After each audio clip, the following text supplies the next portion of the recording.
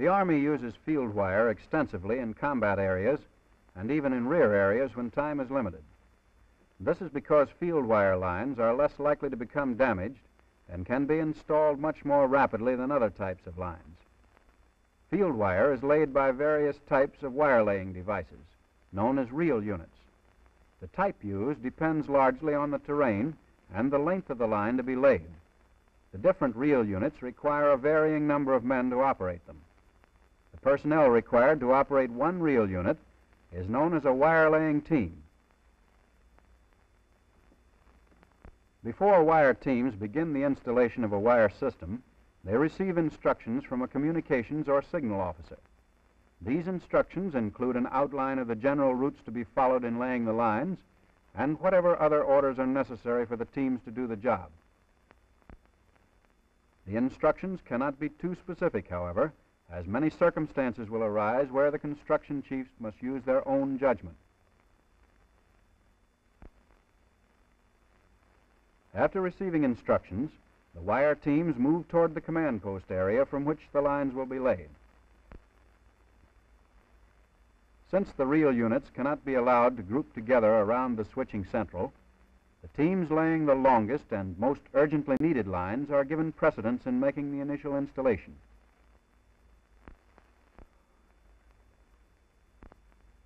When a reel unit comes into the command post area, enough wire is reeled off for an overhead or underground construction.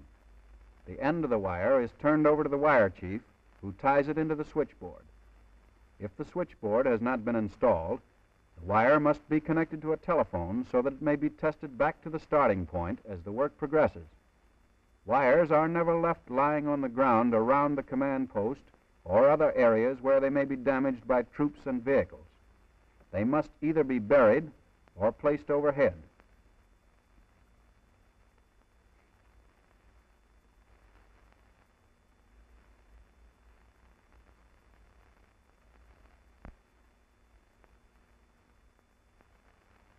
The extra wire which has been reeled off is tied to a support, and the truck moves out, leaving part of the team to take care of the wire. This permits the next truck to move in and begin its installation at the switching central without losing time. After completing the special construction, the men who are left at the command post follow along the line doing whatever is necessary to protect it. They are shown following on foot. However, they follow in another truck if one is available. In the meantime, the part of the team with the reel unit has gone ahead with laying the line, stopping only when necessary. The object is to establish communication as soon as possible. At frequent intervals, they stop to pull in the slack and tie the line to a support. A slack line is important because it is less likely to be broken than a taut line. Further, if a wire is broken, the extra length is needed for repairs.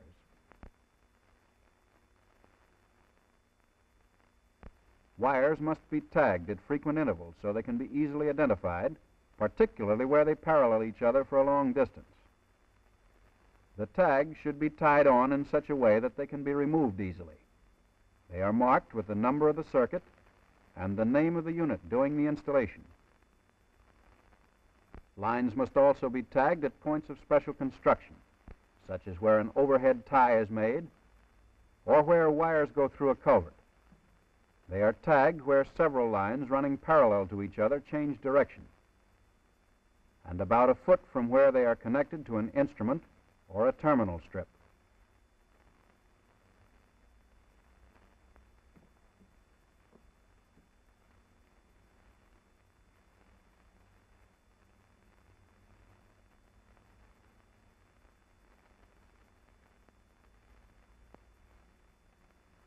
They place the line on the inside of curves if practicable. However, when wire must be laid on the outside of a curve, the unit stops to tie it to a support that will keep it off the road.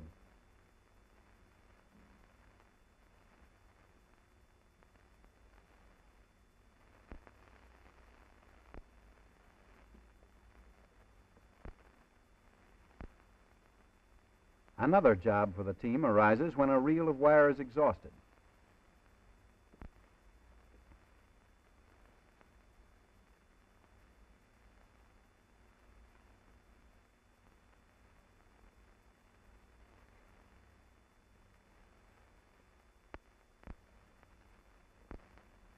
The end of the wire is prepared for splicing, while a new reel is placed in the unit.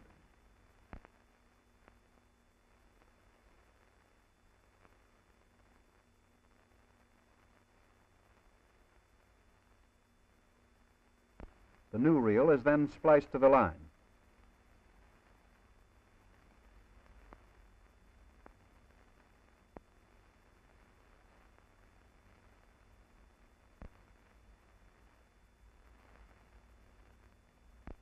Meanwhile, one team member connects a test telephone to the line at the far side of the splice. The line must be tested from the far side of every point where the continuity of the wire may be doubtful.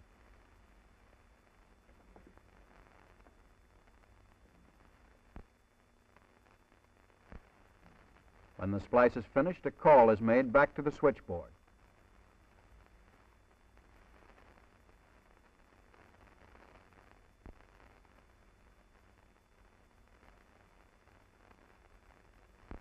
When a line is to be over 10 miles long, loading coils may be necessary to increase the transmission range of the wire.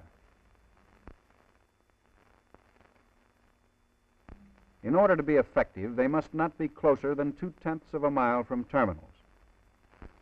Neither can they be farther than a mile from a terminal. These coils should be spaced about a mile apart.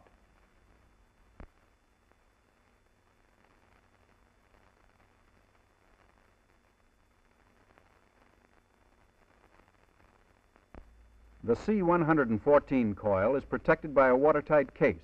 It weighs about 2 pounds. The conductors of one end of the line are fastened to the binding posts on one side of the coil. When the binding post is tightened, a contact pierces the insulation and establishes the connection.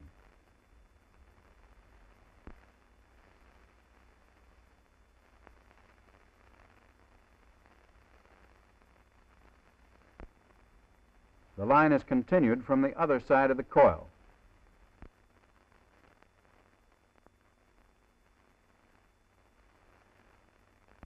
The wire should be tied to a support to take the strain off the coil connections.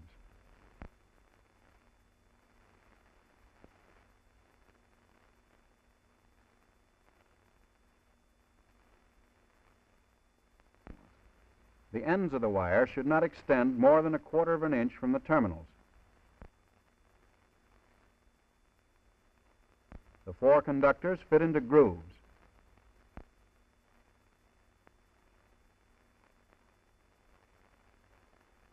When closing the cover, the wires must be in place.